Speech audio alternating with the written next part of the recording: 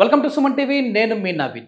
చాలామంది కూడా ఈ మధ్య జంక్ ఫుడ్లకి అలవాటు పడిపోయారు. పిజ్జాలు, బర్గర్లు, అదేవిధంగా మైదాతో చేసిన ఆహార పదార్థాలు తింటూ ఉంటే మీకు ఖచ్చితంగా అంగస్తంభన సమస్యలు వస్తాయి అని చెప్పేసి తెలుస్తూ ఉంది. అదేవిధంగా దీనికి తోడుగా నిద్రలేని సమస్య, ఇన్సోమియా వల్ల కూడా ఈ ప్రాబ్లం వస్తుంది.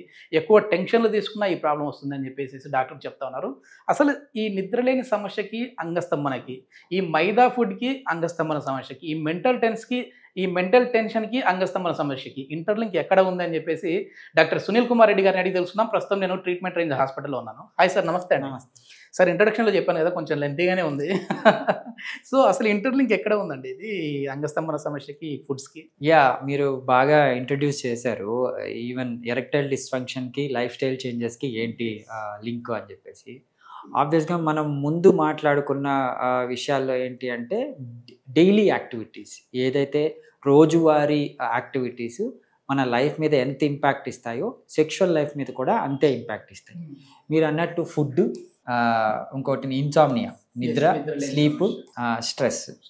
సో ఆబ్వియస్గా ఇవేంటంటే లైఫ్ స్టైల్ చేంజెస్ అంటాము. ఇది మన ఫిజికల్ హెల్త్ మీదే కాకుండా సెన్సిటివ్ హెల్త్, మన సెక్షువల్ హెల్త్ మీద కూడా ఖచ్చితంగా ఎఫెక్ట్ ఉంటుంది. మీరన్న టిపికల్ ఫుడ్ ఏదైతే మైదా ఉంటుందో, రీసెర్చ్ పేపర్స్ కూడా ఉన్నాయి. ఈ జంక్ ఫుడ్లో ఎక్కువ మైదా ఉంటుంది కదండి, పిజ్జాలు ఇలాంటివన్నీ. ఇవన్నీ ఫుడ్ ఎఫెక్ట్, ఎరెక్టైల్ డిస్ఫంక్షన్ రావచ్చు. అండ్ స్లీప్ ఇర్రెగ్యులారిటీస్, అంటే సర్కాడియన్ రిథమ్ని ఫాలో అవ్వకుండా నైట్లో రెగ్యులర్గా 7 to 8 hours స్లీప్ లేకుండా డైలీలో స్లీపీ ఉండి వాళ్ళ కొద్దిగా 2 to 4 hours పడుకున్న వాళ్ళలో కూడా ఎరెక్టైల్ డిస్ఫంక్షన్ రావచ్చు. అండ్ ఆబ్వియస్గా స్ట్రెస్, మెంటల్ హెల్త్లో మెయిన్గా వచ్చేది ఈడినే. సో ఇవన్నీ లైఫ్ స్టైల్ చేంజెస్ మనకు ఎరెక్టైల్ డిస్ఫంక్షన్ని ఇస్తాయి. ఓకే. అంటే మామూలుగా ఇప్పుడు జంక్ ఫుడ్ తీసుకోవడము ఈడీకి ఎట్లా రిలేషన్ ఉంది అని అడుగుతాం సరే. ఇప్పుడు సార్, నా సెక్షువల్ యాక్ట్ పెరగాలంటే ఎలాంటి ఫుడ్ తీసుకోవాలని అడుగుతారు. దాన్ని ఆఫ్రోడిసియాక్స్ అంటాం. అంటే మన సెక్షువల్ డిజైర్ని పెంచడానికి కానీ, ఎరెక్షన్స్ ఇంప్రూవ్ అవడానికి కానీ ఎలాంటి ఫుడ్ తీసుకోవాలి అంటాం. అదే రెడ్ కలర్ ఫుడ్స్ అని లాస్ట్ వీడియో చెప్పారు. నేను చాలా వీడియోస్ లో మీకు కూడా మనం డిస్కస్ చేసుకున్నాం. అదే విధంగా ఏ ఫుడ్ తింటే ఎరెక్షన్స్ తగ్గిపోతాయి అంటే ఇది మైదా అని రీసెర్చ్ పేపర్, నేను చెప్పింది కాదు, చాలా రీసెర్చ్ పేపర్స్ చెప్పాయి. మీకు రియల్ లైఫ్ లో మీ దగ్గరికి వస్తుంటారా సార్? మేము ఎక్కువ అంటే ఇప్పుడు ఎక్కువ చూస్తే, నేను మీ దగ్గరికి షూట్ గురించి వచ్చినప్పుడు కూడా ఐటీ ఎంప్లాయీస్ ఎక్కువ కనపడినారు నాకు అక్కడ. సో మంచిగా ల్యాప్టాప్, వీకెండ్ కొంచెం రేపు వీకెండ్ కదా, సో బ్యాగ్స్ వేసుకొని వచ్చి కనపడ్డారు. అంటే ఐటీ ఎంప్లాయీస్ లైఫ్ స్టైల్ అనేది మనం డిస్కస్ చేసిన ఈ 3 ఉంటాయి. సరైన నిద్ర అనేది ఉండదు వాళ్ళకి, ఎందుకంటే అక్కడ యుఎస్ లో వాళ్ళకి మార్నింగ్, మనకి నైట్, ఇట్లా ఈ విధంగా ఉంటుంది. ఆ ఫుడ్ కూడా నైట్ డిన్నర్స్ మరీ మిడ్ నైట్ బిర్యానీ తింటూ ఉంటారు, 4 AM బిర్యానీలు తింటూ ఉంటారు. ఈ స్ట్రెస్ కూడా ఆల్మోస్ట్ వాళ్ళు కూడా అట్లే ఉంటుంది. సో ఇది ఎక్కువ వీళ్ళలోనే చూస్తూ ఉంటాము, ఐటీ ఎంప్లాయీస్ లో, లేదంటే ఎవరైనా కనపడతాం? లేదండి, ఇది ఓవరాల్ గా యూనివర్సల్ ప్రాబ్లము. నాట్ ఓన్లీ అంటే మనకు బయటకు కనిపించేది, వాళ్ళు ఈజీగా ప్రాబ్లమ్ ని కనుక్కొని మన దగ్గరకు వస్తారు, కానీ బట్ రెగ్యులర్ పాపులేషన్ లో కూడా ఇలాంటి సమస్యలు ఉన్నాయి. ఈ షిఫ్ట్ వైజ్ డ్యూటీస్ చాలా కాలం నుంచి, ఆల్మోస్ట్ మనకు ఈ 2000 ఈరాలో ఆల్మోస్ట్ అందరూ మనం షిఫ్ట్ వైజ్ పనులు చేస్తుంటారు. కాబట్టి ఈ స్ట్రెస్ అనేది, స్లీప్ ల్యాక్ అనేది, ఫుడ్ ఇష్యూస్ అనేటివి అందరికీ ఉండేటివి. సో దీనివల్ల లైఫ్ స్టైల్ చేంజెస్ జరుగుతాయి కాబట్టి వాళ్ళు ఎరెక్టైల్ డిస్ఫంక్షన్స్కి వెళ్తున్నారు. ఈ మైదా ఫుడ్ తినడం వల్ల మెయిన్ కాన్స్టిపేషన్ ప్రాబ్లం కూడా ఉంటుంది కదా సార్? అంటే పీచు పదార్థాలు లేకుండా ఇదంతా ఇది జంక్ ఫుడ్ అయిపోతుంది. మనం మైదా అని స్పెసిఫిక్గా అంటున్నాం, కానీ ఎనీ జంక్ ఫుడ్ వితౌట్ మన రెగ్యులర్, మన కల్చరల్ ఫుడ్స్ కాకుండా, అంటే ఆకుపచ్చని ఆకుకూరలు కాకుండా మనం డిపెండ్ ఆన్ ఎప్పుడైతే మైదా, లైక్ పిజ్జాస్ కానివ్వండి, మరి చీజ్, బర్గర్స్ ఇట్లాంటివి తీసుకోవడం వల్ల మనకు అది అలవాటు ఉండదు. మనం కల్చరల్గా కూడా దానికి మనం అలవాటు పడి ఉంటాం. ఈ చీజు ఆబ్వియస్గా మనం కొలెస్ట్రాల్ లెవెల్స్ పెంచుతుంది, కొద్దిగా ఈ అడ్డంకులు రావటము, ఎరెక్టైల్ డిస్ఫంక్షన్ రావడం.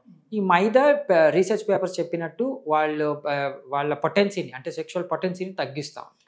ఓకే సార్, ఇప్పుడు ఇవన్నీ మీరు చెప్పిన తర్వాత మా లైఫ్ స్టైల్ని మేము మార్చుకున్నాము, పెళ్ళికి రెడీగా ఉన్నాము, ఇప్పుడు భయంగా ఉంది, మరి ఏంటి ప్రాబ్లం? మీరన్న సింటమ్స్ అన్నీ మాలో ఉన్నాయి, అంగస్తంభన సమస్యలు ఉన్నాయి. సో వయాగ్రాలు కూడా వాడాము, రిజల్ట్స్ లేదు, దాని తర్వాత సొల్యూషన్ ఏంటి అని అడుగుతా ఉంటారు. టిపికల్ గా ఒక క్లయింట్ వచ్చి నాతో మొరబెట్టుకున్నట్టే ఉంది. Exactly this is the typical scenario అండి. నా దగ్గరికి వచ్చే క్లయింట్స్ ఆబ్వియస్ గా వాళ్ళు లైఫ్ స్టైల్ చేంజెస్ చేసుకుంటారు, ఫుడ్ మార్పులు చేసుకుంటారు, సింపుల్ ఎక్సర్సైజెస్ మొదలు పెడతారు, స్లీప్ రెగ్యులరైజ్ చేసుకుంటారు, సర్కాడియన్ రిథమ్ని ఇంప్రవైజ్ చేసుకుంటారు. అంటే స్టిల్ వాళ్ళు ఎరెక్టైల్ డిస్ఫంక్షన్తో ఇబ్బంది పడుతుంటారు. సో అంటే ముఖ్యంగా మ్యారేజ్ కావాల్సిన వాళ్ళు ఈ అంగస్తంభన ప్రాబ్లమ్, సెక్షువల్ లైఫ్ అనేది ఇంప్రవైజ్ చేసుకోవడం కోసం నా దగ్గరికి వస్తూ ఉంటారు. వీళ్ళకి నేను అన్నీ ఎగ్జామిన్ చేసి, ఫిజికల్గా ఎగ్జామిన్ చేసి వాళ్ళకి కౌన్సిలింగ్ ఇవ్వడం కూడా జరుగుతుంది. దీంట్లో ముఖ్యంగా నేను ప్రిఫర్ చేసే easy way to improve their sexual life వచ్చేసి షాక్ వేవ్ థెరపీ. ఈ షాక్ వేవ్ థెరపీ ఏం చేస్తుంది అంటే అంగం మీద మనము ఒక ప్రోబ్తో వాళ్ళకి అప్లై చేయడం అనేది జరుగుతుంది. ఇది ఒక మసాజింగ్ టెక్నిక్ లాగా వాళ్ళ అంగానికి అప్లై చేయడం అనేది జరుగుతుంది. దీంతో అంగంలోని కణజాలం యాక్టివేట్ అయ్యి బ్లడ్ సప్లై అనేది ఇంక్రీజ్ అవుతుంది. దాంతో ఎరెక్టైల్ డిస్ఫంక్షన్ అనేది కరెక్షన్ చేసుకోవచ్చు. ఇది ఎన్ని రోజులు ట్రీట్మెంట్ సార్? ఏమైనా దీని గురించి అంటే సైడ్ ఎఫెక్ట్స్ లాంటివి ఉంటాయి? ఎందుకంటే షాక్ వేవ్ అంటేనే కొంచెం ఏదో మరి షాక్ ఇస్తారా అన్నట్లుగా ఉంది కదా, అనుకుంటా ఉంటారు చాలా మంది. సో ఏంటి దీని సైడ్ ఎఫెక్ట్స్ ఏమైనా ఉంటాయి? ఇప్పుడు మనము మాట్లాడుకునేది యంగ్ పిల్లల్లో, మ్యారేజ్ చేసుకునే వాళ్ళలో కాబట్టి అంగం అనేది చాలా సెన్సిటివ్ ఆర్గాన్. మన శరీరంలో తీసుకుంటే వాళ్ళకి షాక్ ఇవ్వటం కానీ, ఎలక్ట్రిక్ వేవ్స్ పంపించడం కానీ అలాంటివి ఏమి ఉండదండి. ఇది సౌండ్ వేవ్ థెరపీ అంట. ఈ సౌండ్ వేవ్ థెరపీ అంటే ఒక ప్రోబ్ ఉంటుంది, దాన్ని సౌండ్ వేవ్స్ ప్రొడ్యూస్ చేస్తుంది. ఈ సౌండ్ వేవ్స్ ఏంటంటే అంగం మీద అప్లై చేయడం ద్వారా అంగంలోని కణజాలాన్ని యాక్టివేట్ చేస్తాం. దాంతో నియోవాస్కులరైజేషన్ అనే పద్ధతి ద్వారా రక్త ప్రసరణ అనేది ఇంప్రూవ్ అవుతుంది. సో ఇది యూజువల్గా మనం ఎగ్జామిన్ చేసిన తర్వాత 8 to 12 సిట్టింగ్స్ ఇస్తాం పర్ వీక్కి ఒకటి. సో వాళ్ళకి 2 to 3 months లోపల వాళ్ళకి ట్రీట్మెంట్ అనేది కంప్లీట్ అవుతుంది. వాళ్ళు ఎరెక్టైల్ డిస్ఫంక్షన్ కానీ any sexual dysfunctions like premature ejaculation కావచ్చు, పర్ఫార్మెన్స్ యాంగ్జైటీలు కావచ్చు, ఇలాంటివన్నీ వాళ్ళు రెగ్యులరైజ్ అవుతాయి. ఓకే.